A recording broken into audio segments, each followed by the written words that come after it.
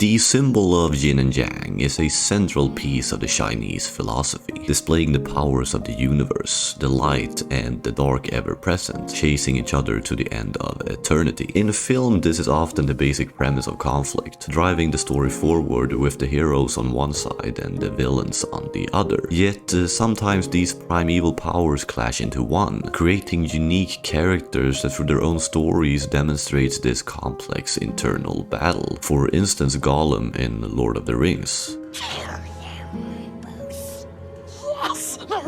Or a more fresh example with Marvel's Loki. Raising things to the ground is easy.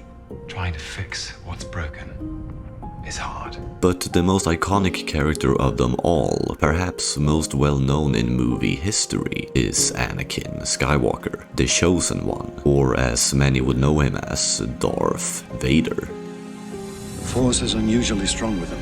That much is clear. Your apprentice, Skywalker, will be... Why do I get the feeling you're going to be the death of me? Why couldn't I save her? They're like animals, and I slaughtered them like animals. I hate them. Could save others from death. Is it possible to learn this power? You have allowed this Dark Lord to twist your mind until now you have become the very thing you swore to destroy. The paradox of Anakin Skywalker is one that never ends. There is so many layers to this character, so many decisions, movies, series, relationships and so on that could be viewed differently depending on the individual opinion. Like, for example, his birth. I carried him, I gave birth, I raised him. I can't explain what happened. To this day, this dilemma is still unanswered, even if the comics have tried to trick us into thinking it was Palpatine all along, when nothing is confirmed. Mysteries like this is fun to discuss, but the answer in this context doesn't matter because it's not important for the story to know where the Chosen One originated from, rather to showcase that Anakin is one of a kind and a child that would be haunted by the absence of his mother for the rest of his life. Your thoughts dwell on your mother. I miss her.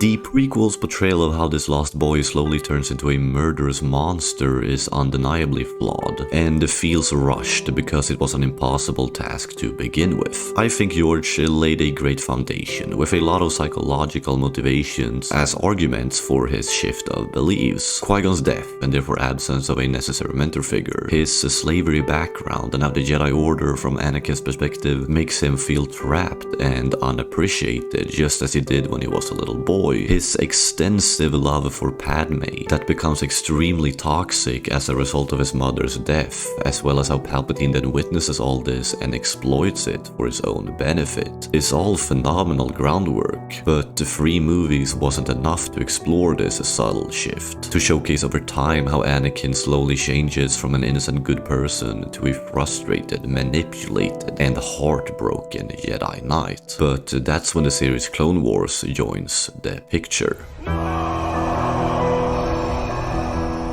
Clone Wars followed Anakin from a closer perspective between episode 2 and 3, and made it possible to pick up on small details through every season that, combined with the original 6 movies, made his arc so much more believable and logical. As a Jedi, it is essential you make the right choice, Anakin, for the Order. I understand my responsibilities. The series expanded on the points I made earlier and did an amazing job with showcasing how different characters and events influenced Anakin, with everything from the iconic Mortis arc to how Palpatine played his mind games, how the Jedi Order grew further apart, and how things got more and more tense between Obi-Wan and himself. Lied to me. How many other lies have I been told by the Council? And how do you know that you even have the whole truth? Yet something that isn't talked about enough is how Clone Wars created a whole new legacy to this character. That we could experience this iconic leader and friend that Ben Kenobi mentioned as early as in A New Hope in his prime. Something the movies barely gave us. He was the best star pilot in the galaxy. And a cunning warrior. And he was was a good friend. But also how Anakin's many character traits, both good and bad, reflected itself in the friends he made along the way. The most obvious one is Ahsoka, who was his Padawan, but also his closest in command, Captain Rex, not to talk about R2. The love, loyalty, and determination he showed his companions inspired them, and you could clearly witness the good of Anakin in the characters that were a part of his daily life. It was a necessary and clever addition to his story that made his inevitable turn so much more tragic. Please don't. I need him. Please don't. No.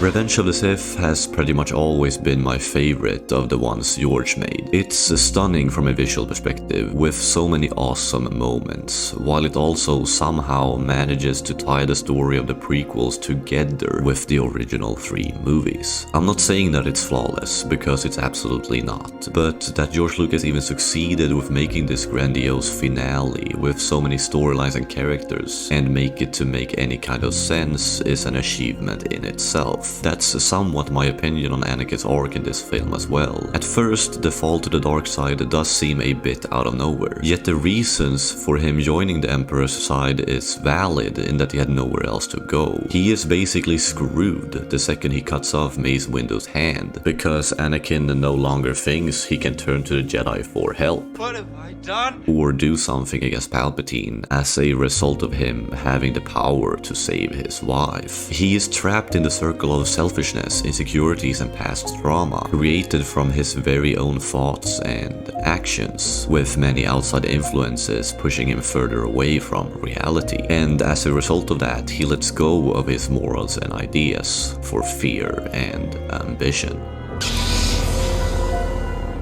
Many fans think this scene took it too far, that the jump between a compassionate Jedi Knight and someone killing children doesn't make sense, and I agree. It brings up the question of were Anakin ever truly a good person, or had this hate been a constant part of him ever since he left his innocent life on Tatooine? Nobody gets born evil, even Palpatine, but you are formed into who you are, and to bring it back to the symbol of yin and yang, good and evil is part of everyone, whether you want it to or not. Anakin is Vader and Vader is Anakin, symbolizing the clear differences between the two perspectives while they originate from the same source, and also in a very distinct manner displaying what an astonishingly unique scenario with a unique individual could lead to. That's something I think the recent Kenobi series did an excellent job of showcasing, that brutal frustration and pain we saw get built up in the prequels, only that 10 years into the Empire it had almost fully destroyed the man we once knew.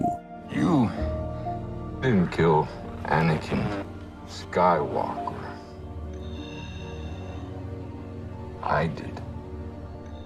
It's quite hard to imagine this broken person redeeming himself in episode 6, after all the terrible, terrible stuff he has done, all the people he murdered, tortured, etc. Once in a while I come across someone mentioning Anakin as a true hero, but I don't really buy that. It's easy to forget everything he has done, and how he has acted in certain situations, but when you reminisce about it, I think it's straight up wrong to call him that. A great hero overcomes his flaws and matures for the better, makes mistakes, yet doesn't commit mass murder. I would rather view Anakin/Vader as an unfortunate victim, scared, angry, and filled with regret. Someone who are aware of what he has done and despite that ignores the voice in his head telling him to stop. That's why his decision of saving Luke feels so rewarding, because it showcases that despite how much evil you have done, despite how weak and scared someone could be, you still have a choice of doing the right thing, even if your past won't disappear because of it. His final act is absolutely an heroic one, showcasing selflessness. You could draw parallels to his choice in episode 3, of how Anakin then in that situation chooses the selfish route, but that he now has learned from his mistakes and found courage enough to redeem himself, to destroy the monster he had eagerly joined earlier in his life.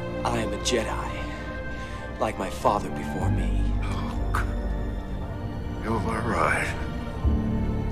You were right about me. Yet could someone who have done so much bad be redeemed, be called a hero? I think it's at least up for debate, and I'm not saying that I have the answer, but what I do know is that the story of Anakin Skywalker is a tragedy and a redemption arc driven by love. That this feeling could be powerful, for good or worse, that it's a poison and a cure simultaneously, and that we all need it in our lives to find happiness.